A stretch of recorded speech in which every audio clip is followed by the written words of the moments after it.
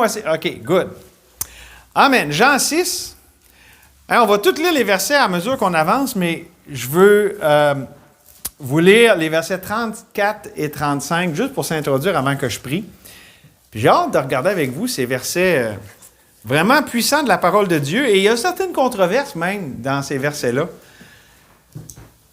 si on les laisse nous controverser. Mais là, on va se verser dans les Écritures et on va apprendre ce que Dieu a pour nous aujourd'hui. Donc, on peut lire au verset 34. Il lui dit, donc Jésus, là, que déjà le sujet du pain est déjà développé quand même.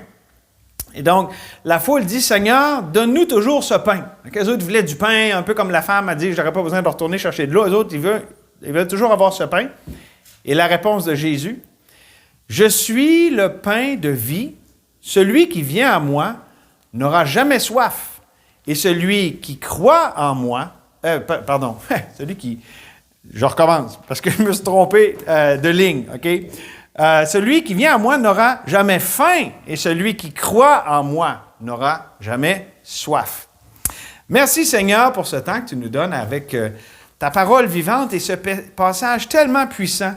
Le premier « Je suis » de Jean et aussi des vérités tellement extraordinaires sur le vrai pain de vie. On a lu dans Exode 16 les ombres de ces choses qui sont accomplies en toi. Donc, ouvre nos yeux, qu'on voit toutes les merveilles de ce passage, de ce que tu as pour nous. Non seulement ce matin, mais pour nos vies, ce que ça veut dire, pour notre Église, pour ta gloire, Seigneur. On te le demande au nom de Jésus. Amen. Et oui, la déclaration du verset 35 est ce qu'on appelle le « Je suis ». C'est un des « Je suis » de Jean. Et c'est le premier de Jean. Et ça, quand on lit « Je suis » dans Jean, il faut comprendre que ça réfère à Exode 3,14, où est-ce que l'Éternel parle du buisson ardent. Tu te rappelles, Christophe, on a vu ça hier, une théophanie, hein, Dieu qui se présente sous différentes formes dans l'Ancien Testament. Et qu'est-ce qu'il dit? Il dit « Mon nom, là, je m'identifie, ce que je suis, c'est « Je suis ». Je suis celui qui suis. Et donc, Jésus, en disant « Je suis », il se fait l'égal, OK?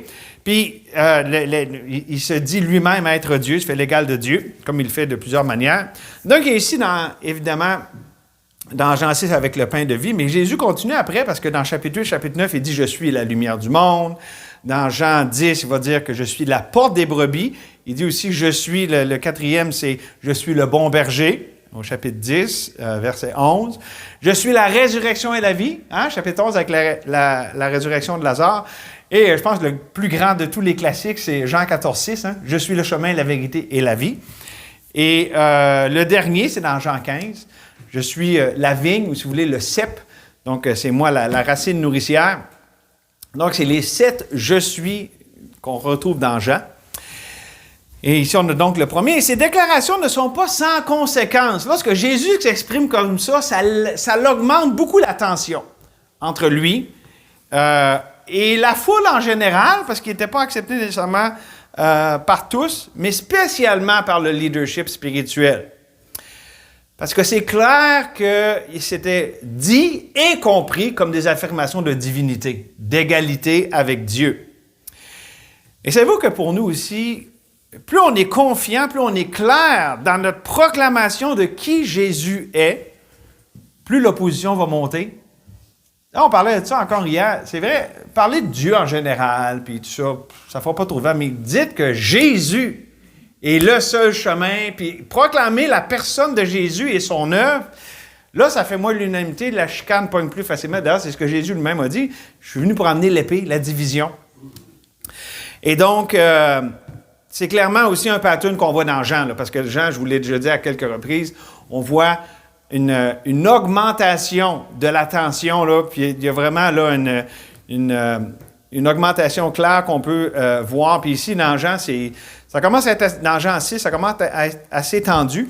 Puis on comprend que tout ça se passe dans un contexte ici, puis on va commencer par la fin, verset 59. Jésus dit ces choses dans la synagogue, enseignant à Capernaum. Donc, ça se passe dans un contexte relationnel ou communautaire. Il dit ça, là, on va le dire de même, là, un beau dimanche à l'église.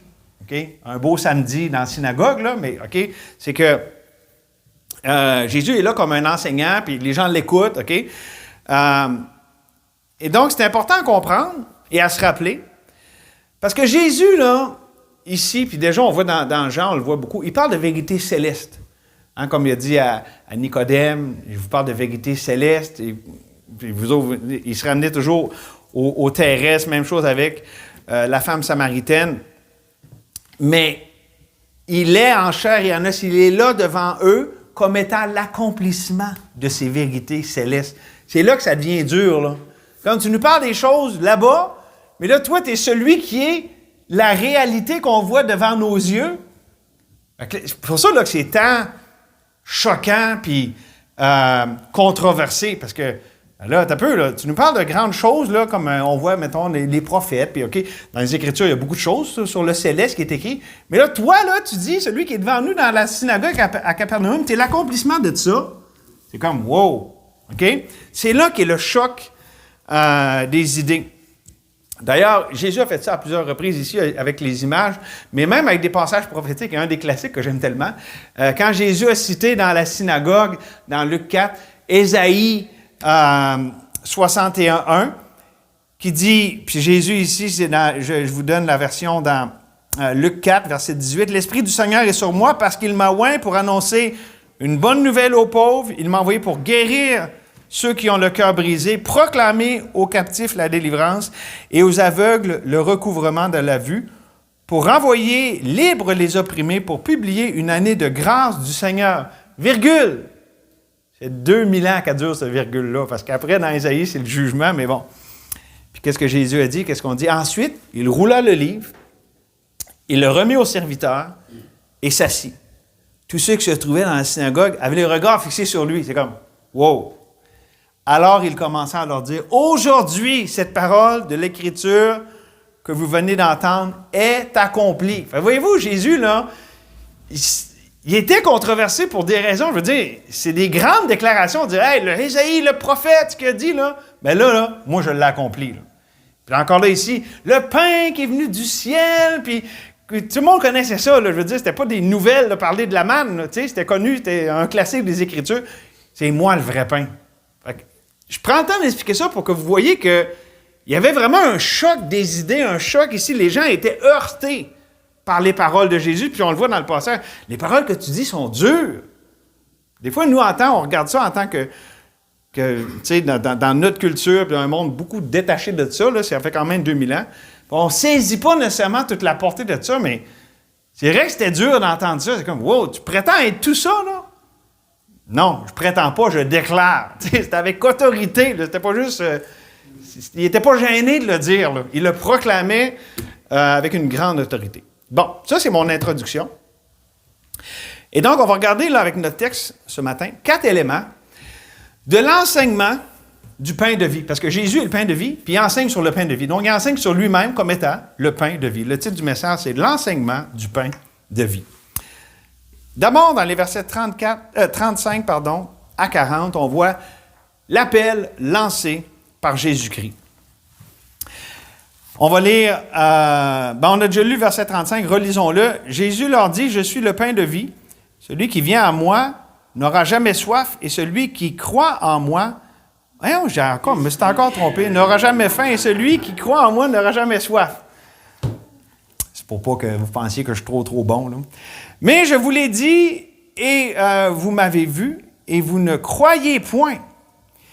Et donc, on va arrêter là, parce qu'on va regarder les versets un par un, mais on voit d'abord Jésus là, qui proclame des choses, puis on va le comprendre en voyant l'ensemble des versets, que Jésus lance son appel. Puis savez-vous, dans notre culture moderne nord-américaine, qu'est-ce qu'on fait habituellement, puis on fait ça ici aussi, on finit par l'appel. On amène le message, puis là, sur la base de ces choses, on appelle les gens à répondre. Jésus commence par l'appel. D'ailleurs, on voit ça aussi, des prophètes qui font ça. Hein. Jonas, là, il n'avait pas grand... C'est comme, repentez-vous, c'était comme... lui, c'était le seul message qu'il y avait. Mais même dans Ésaïe, quand j'ai lu tantôt dans Ésaïe 55, comme le chapitre ouvre sur l'invitation, venez. Puis là, après ça, il y a tout ce qui vient comme implication de ça, mais ça commence par l'invitation. Et donc, c'est quoi juste l'invitation? Bien, d'abord, ça commence par cette double affirmation surnaturel. Quand Jésus il dit « Je suis le pain de vie », il parle de qui il est. OK? Puis quand il dit ensuite « Celui qui vient à moi n'aura jamais faim », je ne me suis pas trompé. Et celui qui croit en moi n'aura jamais soif. Il parle de ce qu'il fait. Il est le pain de vie, et qu'est-ce qu'il fait? Il étanche parfaitement la faim et la soif. Donc, il y a une double déclaration sur ce qu'il est et aussi sur ce qu'il fait. Mais là, regardez ce qu'il dit dans le verset 36. « Mais, je vous l'ai dit, vous m'avez vu et vous ne me croyez point. » Peut-être que même ce qu'ils voyaient, ça les empêchait de croire, parce qu'ils ne pouvaient pas... Ce qu'ils voyaient, voyons, c'est juste un homme qu'on a devant nous. Fait qu'ici, là, des fois, vous savez, j'aime ça parler des mets Dieu de la Bible. Là. Bien ici, c'est pas un beau mets. C'est pas un mets Dieu, c'est un mets l'homme. Parce qu'il dit, mais là, tu sais, je vous ai tout dit ça, là, mais vous ne croyez pas. C'est l'incrédulité ici qui est dénoncée. L'homme qui s'arrête se laisse dégoûter par ce qu'il voit, par ce qu'il entend, au lieu de croire. Et là, Jésus, regardez ce que ça dit. Puis là, on a vraiment ici la saveur de l'appel. « Tous ceux que le Père me donne viendront à moi, et je ne mettrai pas dehors celui qui vient à moi. » Verset connu des Écritures, avec dans un même verset le paradoxe entre la souveraineté de Dieu et le libre arbitre de l'homme. Puis on va développer ça un peu plus avec le verset 44 tantôt. Pour l'instant, ce que j'aimerais dire ici, c'est que ces vérités-là, ici, comme on voit, là, le Père donne, puis Jésus ne met pas dehors celui qui vient à lui. Ces deux vérités-là, c'est beau, c'est nécessaire. Puis Jésus, c'est pas l'idée de... Jésus ne voulait pas créer une polémique quand il disait ça. C'est un appel à lui. Il dit, si vous venez à moi, là, OK, il y a l'œuvre de Dieu, la grâce de Dieu, mais si vous venez à moi, là, je ne vais pas vous mettre dehors. Donc, il faut voir le côté personnel là-dedans, parce que les gens voyaient en Jésus un personnage, puis ils voyaient dans la parole beaucoup, des cérémonies, des lois, des choses. Mais là, il dit, non, la foi, là, c'est venir à une personne, c'est moi. Si vous venez à moi, je ne vais pas vous mettre dehors. Pour comprendre ici un peu le contexte, pensez par exemple à lorsque Jésus, on a vu ça dans le chapitre 5, il parle aux leaders spirituels, puis il dit, vous sondez les Écritures, vous recherchez les Écritures, parce que vous croyez avoir en elles la vie. Ce sont elles qui rendent témoignage de moi, et vous ne venez pas à moi pour avoir la vie. Fait que là, il leur parle de la manne puis des choses qui sont dans les Écritures, mais au bout du compte, il dit, hey, tout ça, là, ça pointe à venir à moi. Puis ça met le contexte parce que vous allez voir, quand il parle après ça de manger sa chair, de boire son sang, c'est tout vraiment la même idée. Il appelle à lui-même, à prendre part à qui il est, à le croire, à se l'approprier.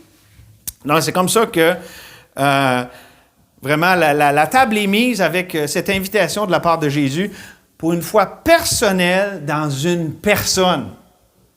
Ce n'est pas une foi personnelle dans des choses, c'est une foi personnelle dans une personne.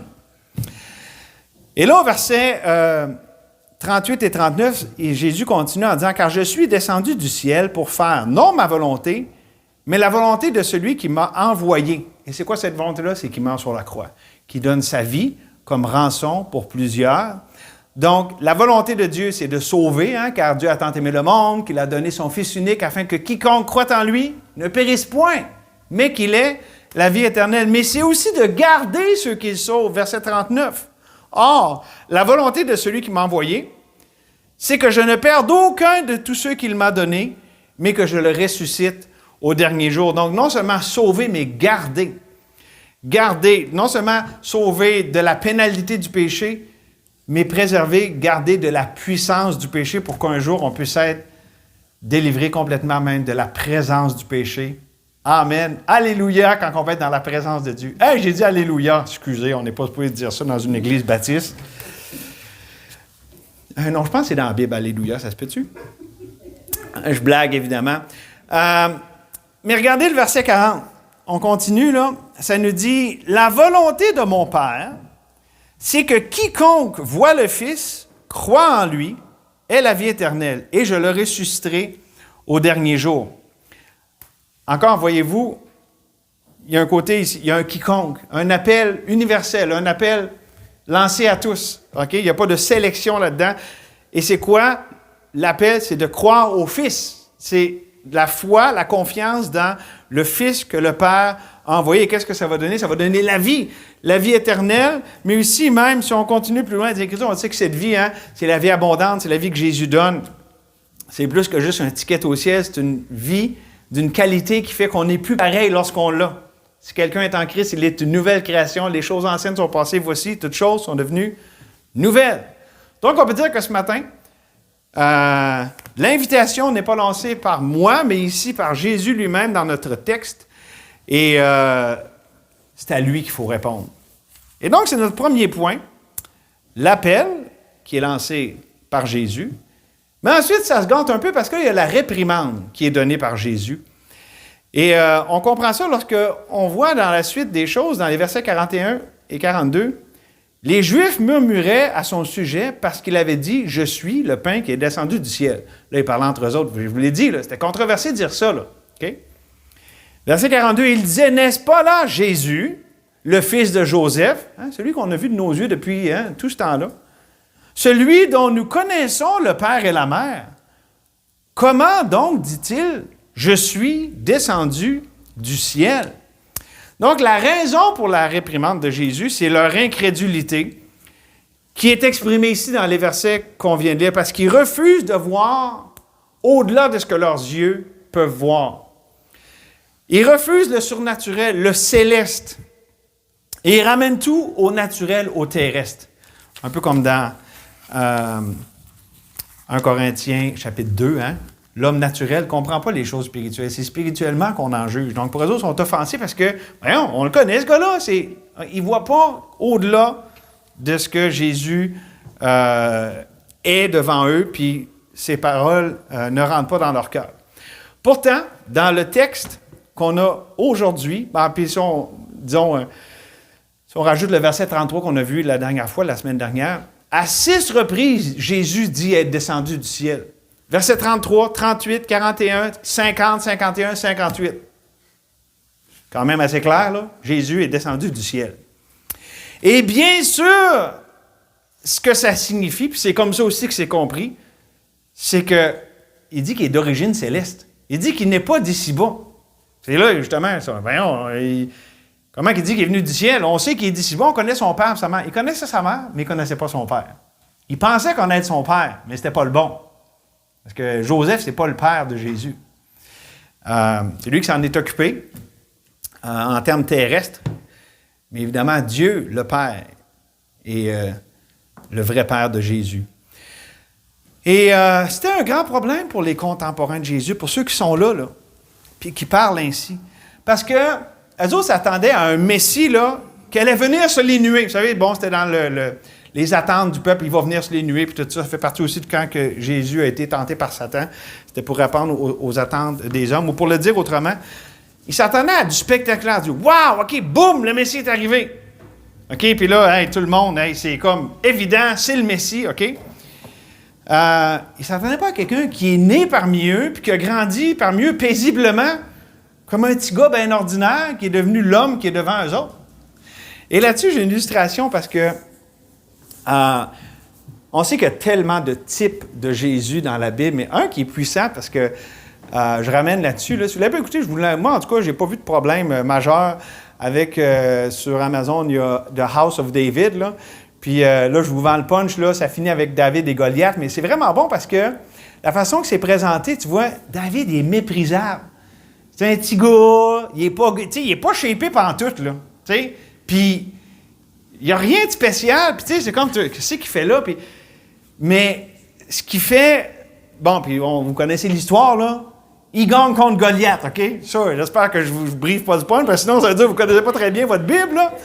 Mais c'est comment tout ça s'est présenté, comment, ben voyons, c'est qui ça?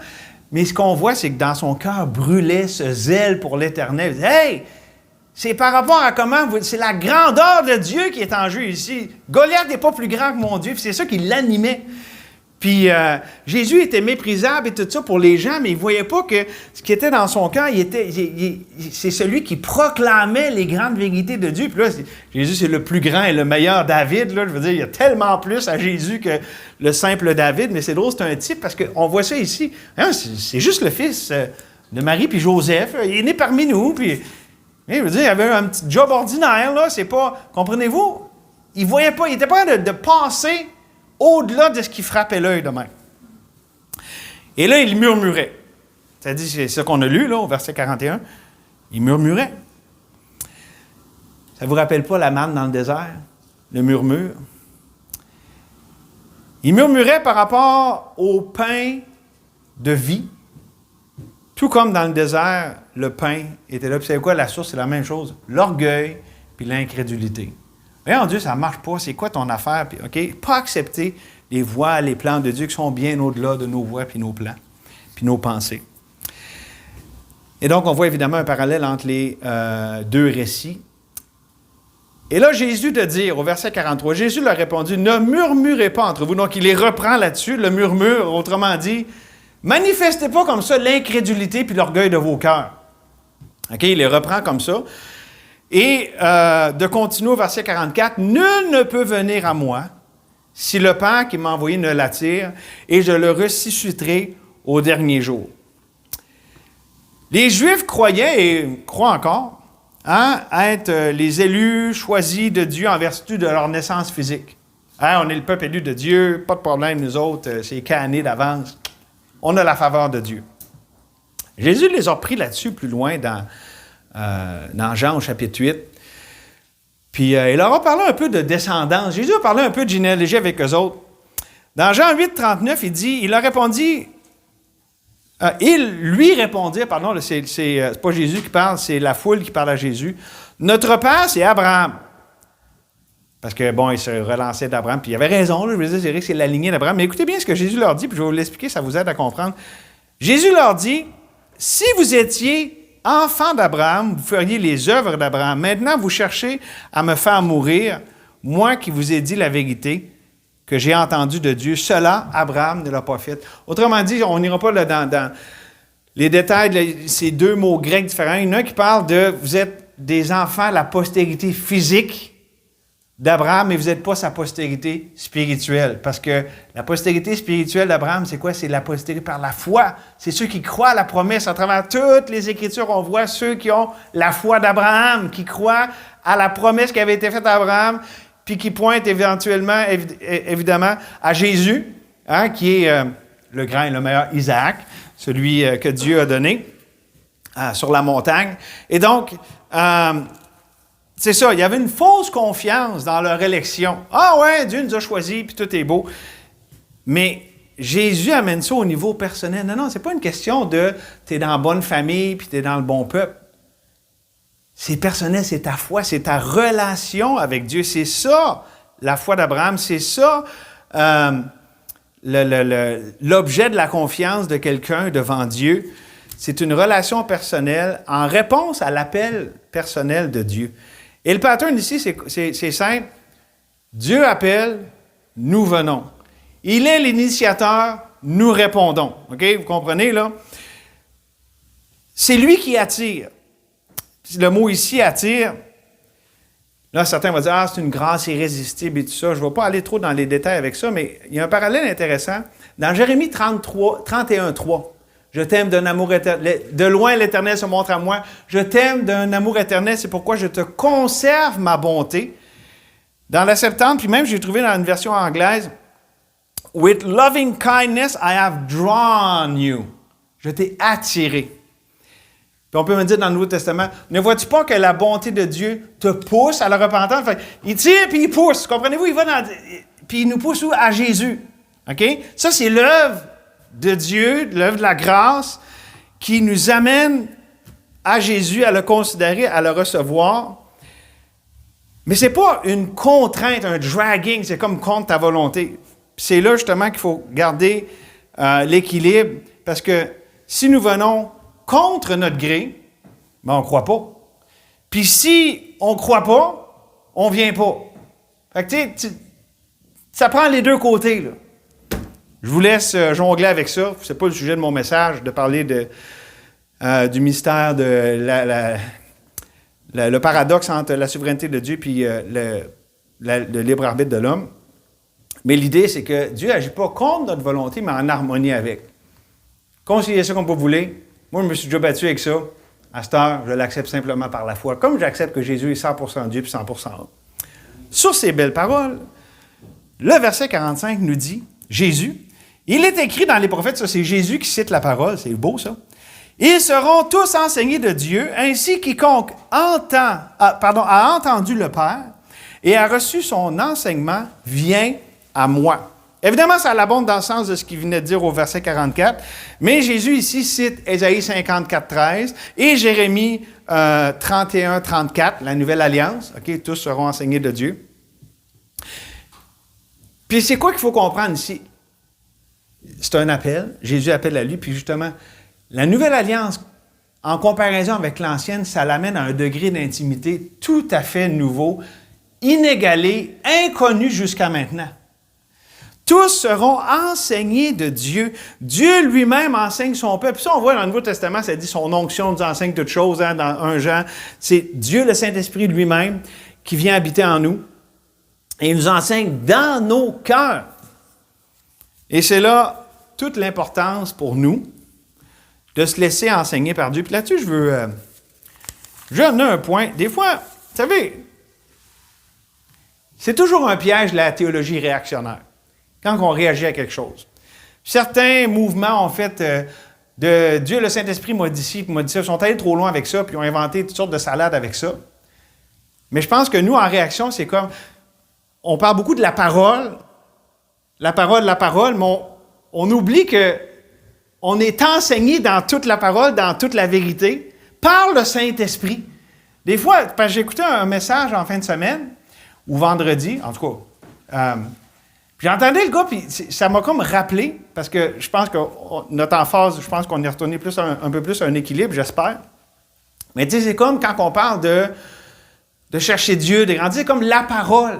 Tu sais, c'est comme quelque chose qui est là, puis tu sais, la parole, mais vous comprenez que ça peut être impersonnel. Tu sais, c'est vraiment, la parole a été faite chair, c'est une personne, puis la parole nous parle du Dieu de la parole, puis le Dieu de la parole se révèle par l'Esprit qui a inspiré la parole. Il ne faut pas qu'on perde ça. Être enseigné de Dieu, là, c'est cette symbiose entre les deux.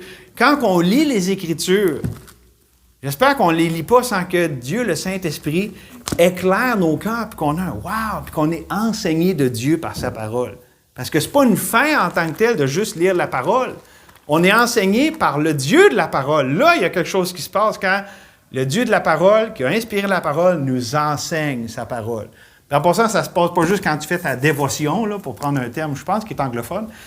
Ça se passe aussi là, dans le quotidien. Dieu nous rappelle la parole, n'est-ce pas? Puis là, mettons, on aurait le goût de répondre d'une façon. Je ne sais pas si ça vous arrive, mais des fois, j'ai comme une façon comme première qui n'est pas nécessairement la bonne. Ça m'est arrivé il y a 2 ans, je me rappelle.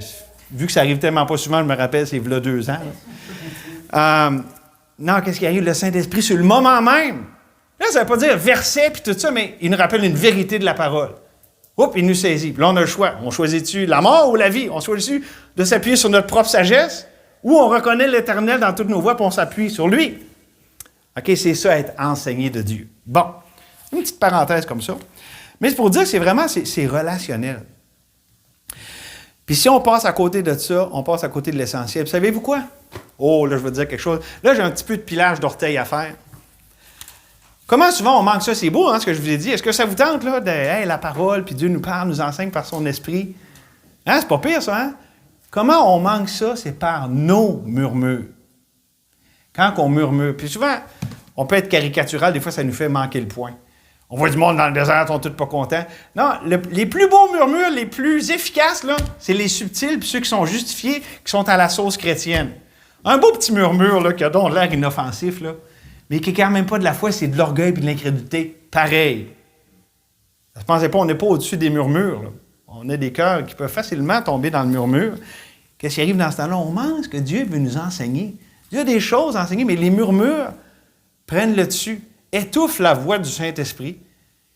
Puis là, c'est nous qui réagissons, c'est nous qui répondons, et non pas Dieu. Et donc, si on continue, verset 46 maintenant, Jésus de dire...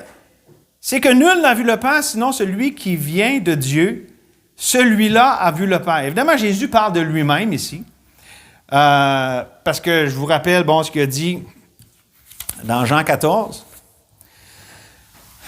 Je vous rappelle tout ça, moi, là? Oui, OK. Philippe lui dit, Philippe, écoute bien, on parle de toi. Donc, les autres, vous n'êtes pas obligés d'écouter. Seigneur, montre-nous le Père, et cela nous suffit. Jésus lui dit, il y a si longtemps que je suis avec vous, et tu ne m'as pas connu. Philippe, celui qui m'a vu a vu le Père. Comment dis-tu, montre-nous le Père? Ne crois-tu pas que je suis dans le Père et que le Père est en moi? Les paroles que je vous dis, je ne les dis pas de moi-même, et le Père qui demeure en moi, c'est lui qui fait les œuvres. Croyez-moi, je suis dans le Père et le Père est en moi. Croyez du moins à cause de ses œuvres. À 3 reprises, dans les versets que je viens de vous lire, dans Jean 14, 8 à 11, Jésus parle de croire. Et c'est ça la clé pour voir. Les gens qui voyaient juste Jésus, là, si simplement ils croyaient à ses paroles, ils ajoutaient foi à ce qu'il disait, là, ils allaient voir. Et c'est ça la clé pour toute la vie spirituelle. On ne voit que lorsqu'on croit. D'ailleurs, on ne voit le salut de Dieu qu'au moment où est-ce qu'on croit en Jésus comme notre sauveur personnel. Et on ne voit toutes les vérités, les merveilles de la grâce de Dieu dans nos vies que lorsque on croit, qu'on ajoute foi. Et Jésus parle ici, il ne fait rien de lui-même, il est animé par le Saint-Esprit. C'est vrai pour nous. Écoutez Philippiens 3.3, et c'est ma dernière chose que je dis sur ce point-là. Car les circoncis, c'est nous, circoncis de cœur, qui rendons à Dieu notre culte par l'Esprit de Dieu, qui nous glorifions en Jésus-Christ et qui ne mettons point notre confiance en la chair. Puis ça dit aussi dans Colossiens, Paul parle de ceux de Colosse, il dit, « Il nous a appris de quel amour l'Esprit vous anime. » Donc c'est ça, toute l'idée de ce que Jésus enseigne ici jusqu'à maintenant. Et là, on arrive dans les versets 47 à 51. Non seulement il y a eu l'appel de Jésus, sa réprimande, mais là, il va offrir un enseignement à ses auditeurs. Là, vous allez voir, il s'en va beaucoup plus dans les détails pour expliquer les choses sur ce qui le concerne. D'abord, au verset 47 et 48, on peut lire, en vérité, c'est Jésus évidemment qui parle, « Je vous le dis, celui qui croit en moi a la vie éternelle. Je suis le pain de vie. » En fait, là, Jésus, il répète ce qu'il a déjà dit. Vous voyez avec ce qu'il a dit avant, c'est parce qu'il veut revenir sur le sujet. Il vient de parler là, de sa relation avec le Père et tout ça, puis OK.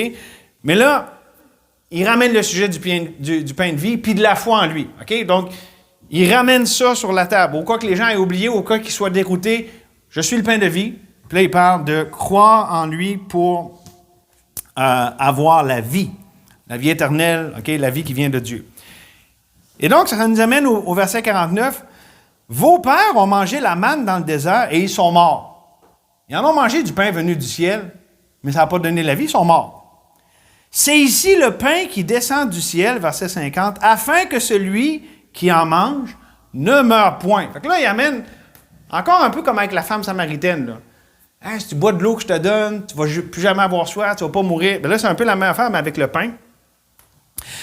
Et le parallèle ici, évidemment, qu'on peut faire, c'est que les vérités qui ont été annoncées, qu'on a vu, par exemple, dans Exode, là, avec tout ce pain-là qui venait du ciel, bon, ça soutenait leur vie terrestre, là, puis c'est la provision de Dieu, mais ultimement, ils en sont morts. Jésus se présente comme étant l'accomplissement de ce pain qui donne une vie qui périt jamais. Puis c'est là qu'il y a vraiment une force là-dedans. Là. Et Jésus, il faut comprendre ici, je veux ramener une petite illustration pratique. Vous savez, tout le monde, on nourrit nos cœurs de quelque chose. Tout le monde. Nos cœurs sont affamés, sont assoiffés. Nos cœurs, étant créés à l'image de Dieu, veulent du « wow ». On a une aspiration profonde dans nos cœurs, n'est-ce pas? Pour ça qu'il y a des dépendances, pour ça qu'il y a toutes sortes de bébelles qu'on voit, c'est parce que le cœur est un engin aspirateur. OK? C'est un aspirateur, puis on essaie de prendre... Puis, OK, on peut essayer... on peut diriger ces aspirations vers les médias sociaux, le commérage, le sexe, la colère, les arts, les sports, l'attention d'autrui, les peurs. Tu sais, c'est quasiment the sky's the limit. Là. Il y a tellement de choses. Mais toutes ces choses, c'est comme, lorsqu'on se nourrit de ça, c'est comme si on mange de la cendre ou des écailles. Pas très nourrissant, n'est-ce pas? Et justement, C'est ça l'idée de se nourrir de Jésus, le vrai pain. Ça, c'est celui qui est une nourriture, c'est la seule nourriture qui nourrit vraiment le cœur. OK? Et se nourrir des paroles de la vie, comme ça dit, exposant ces choses aux frères, tu seras un bon ministre de Jésus-Christ, nourri des paroles de la foi et de la bonne doctrine que tu as exactement suivie. Et là, on tombe dans le vif du sujet pour parler c'est quoi ça veut dire se nourrir de Jésus. OK? Êtes-vous prêts? On tombe un peu dans une... Il y avait la controverse tantôt, élection puis libre arbitre de l'homme. Là, on va tomber avec celle-là sur le pain de vie. Jésus dit au verset 51, « Je suis le pain vivant qui descend du ciel. Celui qui mange de ce pain vivra éternellement. Et le pain que je donnerai, c'est ma chair, que je donnerai pour la vie du monde. » Jésus donne sa chair à manger. Ça vous fait penser à quelque chose? Là, je vous rappelle, juste pour être clair pour tout le monde, quand que les catholiques célèbrent la messe, ils disent qu'ils prennent littéralement le corps de Jésus, sa chair, puis lorsqu'ils boivent le vin, ils disent que littéralement, c'est son sang. Donc, c'est expiatoire. OK? Puis ça, c'est le texte sur lequel ils vont s'appuyer pour ça. Fait qu'on va débattre une question un peu ensemble. Mais, évidemment, je n'ai pas besoin de vous dire qu'ici, on a la conviction que Jésus parle en termes, c'est une métaphore en termes imagés. Puis d'ailleurs, c'est commun pour Jésus, là. C'est pas quelque chose qui sort de nulle part comme ça. Mais ce qu'il faut comprendre quand il parle de manger sa chair, ça réfère à prendre pour soi, ou on peut dire au plus profond de soi-même. Et le mot « mange » ici, dans les temps de verbes, là, il y a différentes façons de conjuguer les verbes en grec, c'est le temps qu'on appelle « aoriste ». Ça parle de une fois, c'est un point. Tu sais, à la fin d'une page, d'une phrase, on met un point. Mais là, c'est un point. Celui qui mange une fois, il n'y aura plus jamais faim. De quoi ça réfère, vous pensez? Le salut. Ce n'est pas un mangeage continuel qu'on recommence, mais si tu manges de ce pain, tu n'auras plus jamais soif. N'est-ce pas vrai, quand on a reçu Jésus comme notre sauveur, c'est arrivé une fois dans le temps, on est né de nouveau, pour on n'a plus jamais soif. C'est de ça qu'il parle. C'est clair, OK? Mais on va développer un peu plus, parce qu'il nous reste d'autres versets à voir, mais vous allez voir, ça va encore plus loin. Et, c'est ça. Je viens de le dire, dans le passé, puis même dans le présent, il y a une controverse là-dessus par rapport à la communion, puis tout ça, c'est quoi ça veut dire? C'est clair que Jésus ici parle pas du repas du Seigneur, l'Eucharistie, la communion, appelez-le comme vous voulez, là, la Sainte. Il parle du salut. Il parle de la nouvelle naissance, de recevoir Jésus comme notre sauveur. Pensez-vous que si ça, c'était tellement sur le repas du Seigneur que Paul n'en aurait pas parlé dans les Épîtres? Par exemple, dans 1 Corinthiens 10 et 11, qui parle beaucoup de tout ça, Paul en fait zéro mention. OK? La Bible s'explique par la Bible. En fait, le langage qu'on a ici dans ces versets-là, ça parle de s'approprier de façon personnelle et dans le cœur l'œuvre de la croix. Quand il dit « ma chair que je donne », comment qu'il fait? C'est arrivé quand il a donné son corps sur le bois infâme. Ça parle de la croix. Et donc, avant d'aller à l'application qui s'en vient, je vous dis pour dernier point ici, est-ce que tu nourris ton cœur de la croix? Des vérités de la croix. Ou est-ce que tu médites, est-ce que tu te glorifies de la croix? Comme Paul dit, moi, là, j'ai pas eu la pensée d'autre chose que de me glorifier que de la croix de mon Seigneur Jésus-Christ. Se nourrir de ça, avoir médité là-dessus, remplir son esprit de ces vérités glorieuses. Et donc là, on va voir comment Jésus, il nous amène ça, verset 51, puis là, il va appliquer ça. Jésus va offrir sur un plateau d'argent ces vérités-là pour que les gens les prennent pour eux-mêmes. OK? Dans les versets 52 à 59. Et on a presque fini. Là-dessus, les Juifs discutaient entre eux, disant, comment peut-il nous donner sa chair à manger? Évidemment, là, je veux dire, je vous le dis, on va le voir à la fin, Jésus, les paroles, ils ont pris ça, c'est dur ce que tu dis. Comment ça peut arriver? N'est-ce pas drôle qu'ils sont dans le comment? Puis Jésus est le qui veut se donner à eux. Les autres, ils s'enfargent dans le comment. OK? Leurs yeux sont en mauvaise place. Verset 53. Jésus leur dit en vérité, je vous le dis. Puis il y a plusieurs fois que Jésus dit en vérité là-dedans. Ça veut dire, ce que je vous dis là, c'est bien important, portez-y attention. Verset 53. Jésus leur dit en vérité, je vous le dis, si vous ne mangez la chair du Fils de l'homme, et si vous ne buvez son sang, vous n'avez point la vie en vous-même. Ça, je dirais, c'est le verset pour dire, tu sais, l'Eucharistie, puis tu as la messe, là, tu as vu, il faut que tu manges l'hostie, il faut que tu boives le vin, sinon tu n'as pas la vie en toi-même. C'est comme ça qu'ils vont expliquer, qu'ils vont aller dire que c'est propitiatoire. Non, c'est pas le bon mot, là. Ben oui, en tout cas, mais comment on dit ça? C'est expiatoire. Ça accomplit l'expiation quand tu prends la messe, OK? Ils vont se baser là-dessus. Pas besoin de vous dire qu'ils tordent le sens des Écritures à leur propre perdition. Mais d'abord, il faut voir ici, là, Jésus fait juste vraiment mettre très clairement les choses devant les gens sur ce dont il parle. Okay? Il parle de manger sa chair et boire son sang. Puis il continue au verset 54, « Celui qui mange ma chair et qui boit mon sang a la vie éternelle et je le ressusciterai au dernier jour. » Donc, on parle vraiment ici d'idée que si tu manges, si tu bois, tu as la vie éternelle. OK? C'est vraiment clairement, ça veut dire tu ne peux pas passer à côté. Mais pourquoi je vous annonce, je vous déclare que c'est un langage qui est métaphorique, qui est illustré. D'abord, Jésus a dit, les paroles que je vous ai dites sont esprit et vie. OK? Mais aussi parce que ce n'est pas la seule chose dont Jésus parle de choses terrestres pour référer à des choses célestes. Il dit qu'il est le pain venu du ciel. Ce n'était pas un gros pain qui est venu du ciel, là, c'était Jésus, un homme. OK? Tu as vu? C'est une métaphore. Je suis là. OK? Il dit qu'il est le pain de vie. Je veux dire, encore là, c'est pas... c'est clair que Jésus est dans un langage métaphorique, mais pour référer à quoi? À la croix. Il réfère à la croix, au fait qu'il allait donner son corps, verser son sang. C'est ça les deux éléments fondamentaux de la croix, n'est-ce pas? Puis c'est ça que Jésus amène ici. C'est pour ça que les gens font tant le parallèle avec la messe, là, parce que c'est les deux éléments, mais Jésus lui-même les amène comme étant le fondement de son œuvre à la croix. OK? C'est ce qu'on rappelle, n'est-ce pas, lors du repas du Seigneur, avec le pain et le vin. Et donc, quand on continue puis qu'on voit au verset 55-56, il dit « Car ma chair est vraiment une nourriture, et mon sang est vraiment un breuvage. Celui qui mange ma chair et qui boit mon sang demeure en moi, et je demeure en lui. » Là, c'est peut-être commence à être nerveux. Hey, Jésus a dit « vraiment ». Ça veut dire que c'est vraiment du pain, puis OK?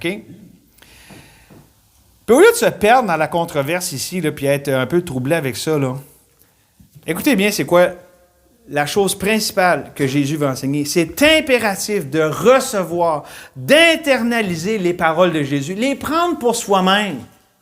Vous allez voir avec l'illustration de la fin. Maintenant, je vais vous la dire tout de suite. Écoutez bien, je pense que ça va vous aider à comprendre. On parle de pain, là, OK? Puis Jésus ne parle pas juste de goûter le pain. Il ne parle pas juste d'admirer le pain. Il dit manger, là, puis boire. OK? C'est vraiment c'est ingérer. OK? C'est de ça qu'il parle. Si tu n'as pas ça, tu n'as pas la vie. C'est fort, là, comme terme. Écoutez bien cette illustration-là, je pense que ça va vous aider à comprendre. On peut voir du pain dans une assiette, ça n'apaise pas la faim. On peut voir les ingrédients du pain qui sont dans l'assiette, ça n'apaise pas la faim non plus. On peut voir une photo du pain sur Instagram, ça n'apaise pas la faim. On peut parler du pain aux autres, ça ne va pas non plus apaiser la faim. On peut vendre du pain comme profession, ça ne va pas non plus apaiser la faim. On peut jouer au football avec notre pain. Je veux dire, comprenez-vous, on peut faire ce qu'on veut avec notre pain. Là. Mais tant que tu ne manges pas le pain, tu n'es pas rassasié. C'est ça le point. Il voit Jésus, là. Puis il peut parler de Jésus, puis fils de Joseph, puis tatati, puis tata, faire plein d'affaires au sujet du pain, mais il dit, moi, je suis devant vous, là, il faut que vous me preniez pour vous-même. C'est là que la vie. Comprenez-vous le point? Mêler tout ça avec la messe, puis tout ça, c'est carrément une affaire qui est venue plus tard. Jésus, dans le contexte, c'est ça ici qu'il dit. Il dit, il faut que vous me preniez pour vous-même. Je suis vraiment... je suis une vraie nourriture, je suis un vrai breuvage. Puis ça aussi, là, Jésus, c'est pas encore, c'est tombé dans nous. On a lu dans Ésaïe 55, dire, tu sais, c'est venez, buvez. Tu sais, je veux dire, Dieu parle tellement souvent de la foi qui sauve, la foi vivante, comme étant un repas, un breuvage, une appropriation. Tu sais, je veux dire, c'est cohérent avec tout le reste des Écritures. J'espère que ça vous aide à mieux comprendre ce dont il est question, puisque Jésus ici communique. Et évidemment, ça va avec le verset 57, « Comme le Père qui est vivant m'a envoyé et que je vis ainsi, celui qui me mange vivra par moi. » On vit par la foi, le juste vivra par la foi. Le juge mangera par la foi, okay, pour paraphraser. C'est vraiment ça ici l'idée. Fait, pour le mettre clair, manger puis boire, ça veut dire croire. C'est ça que ça veut dire. OK? Vous avez encore des questions, vous me les poserez après, là. Mais il nous récapitule ça, Jésus au verset 58. C'est ici le pain qui est descendu du ciel. Évidemment, il parle de lui. Il n'en est pas comme de vos pères qui ont mangé la manne et qui sont morts. Celui qui mange ce pain vivra éternellement. C'est là comment on a de la misère avec ce passage-là, parce qu'on réfère à la controverse dont j'ai parlé. Mais avec la femme samaritaine, on n'a pas tant de misère. Puis il parle d'autres d'une manière tout aussi symbolique. Mais c'est le même langage, voyez-vous? Fait que il n'y a pas de souci à se faire là-dessus. Et donc, mon appel, c'est ceci. Jésus vous invite à le recevoir en tant que pain qui nourrit, en tant que source d'eau vive qui désaltère éternellement. C'est vrai pour les sauver, mais savez-vous, c'est tellement vrai et c'est tellement beau pour nous, les enfants de Dieu. J'espère que Jésus est votre pain quotidien et votre source d'eau vive auquel vous vous désaltérez. Parce qu'on peut facilement aller aux citernes crevassées qui ne retiennent pas l'eau. Donc, c'est bon pour tous, puis c'est tellement puissant comme langage. Ça parle d'appropriation. C'est quelque chose qu'on fait tous les jours, on mange, puis on dit « Ah, j'ai bien mangé. » Tu sais, on a soif, puis « Ah, ça fait du bien de boire. » Jésus dit ça, c'est moi. C'est moi. Moi, je suis celui qui va produire ça dans votre esprit, dans votre cœur, spirituellement. Vous allez voir ça. Ah oui, là, je suis rassasié. C'est ça le message d'aujourd'hui. C'est Jésus qui s'offre lui-même, qui se donne lui-même comme étant celui qui désaltère, celui qui rassasie la faim. C'est extraordinaire, c'est merveilleux.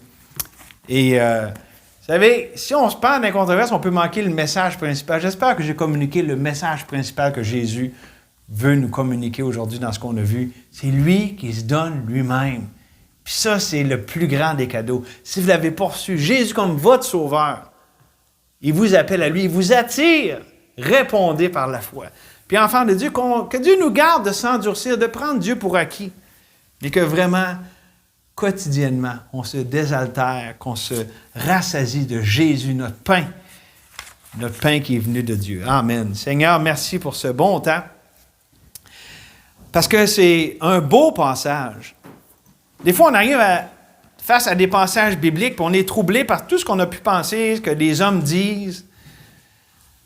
Seigneur, le passage que tu nous as mis devant les yeux, c'est pas parce que tu veux qu'on regarde ce que les hommes peuvent en dire. C'est ce que toi, tu veux nous dire ce matin. Et ce matin, tu nous invites à toi. Tu dis, je suis le pain. Tu nous invites à une table céleste extraordinaire. Merci, Seigneur, que c'est toi, toi-même et toi seul, qui rassasie, qui désaltère. Oh, on veut prendre à pleine bouchée, à pleine gorgée, cette grâce merveilleuse de Jésus. La provision de Dieu. L'Éternel pourvoira, l'Éternel a pourvu pleinement en Jésus. Merci, Seigneur, que ces paroles ne tombent pas à terre sans avoir fait leur effet. Que chacun ici réponde par la foi à ce que tu nous as dit. On te le demande au nom de Jésus. Amen.